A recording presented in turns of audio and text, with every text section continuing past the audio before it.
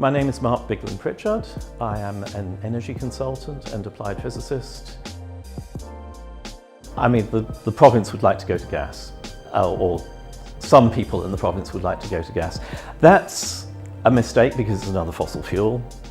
And we need to get off fossil fuels by about mid-century in order to avoid going above 1.5 degrees. So the real alternatives are options which don't create greenhouse gases.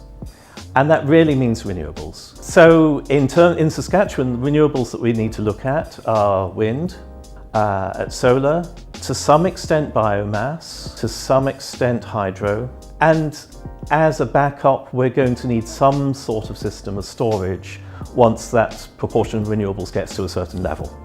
You know, relatively small amounts of renewables we can integrate onto the grid, no problem. But once we get past a certain level, we need storage, or we need to trade, and probably a bit of both. Well, of course, the main sources that we're looking at wind and solar, they're not there all the time. The wind doesn't blow all the time, the sun sets at night. That variability we have to handle. We have to find ways of filling the gaps, so to speak. And that's why we look at things like hydro and things like biomass.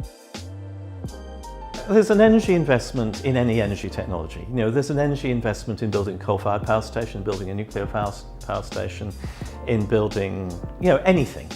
And yes, it's true of wind, it's true of solar. But I mean, the reality is that, according to studies that have been done over the last 10 years, that's actually paid back for wind within a year. It's paid back for solar probably within a year as well now, although it used to be somewhat longer than that. Technologies have changed. Technologies have got better with solar. They're using, you know, much thinner cells. There are factories now that build photovoltaic panels, and they use photovoltaic panels to produce the energy to make the photovoltaic panels. There's a piece that's missing still, which is the mining for the silicon that's the bulk of the panel, and for the smaller proportions of trace elements that go into the panel. And it's important that we also look at decarbonising that part of the economy, decarbonising mining. We're on our way, but there's more to be done.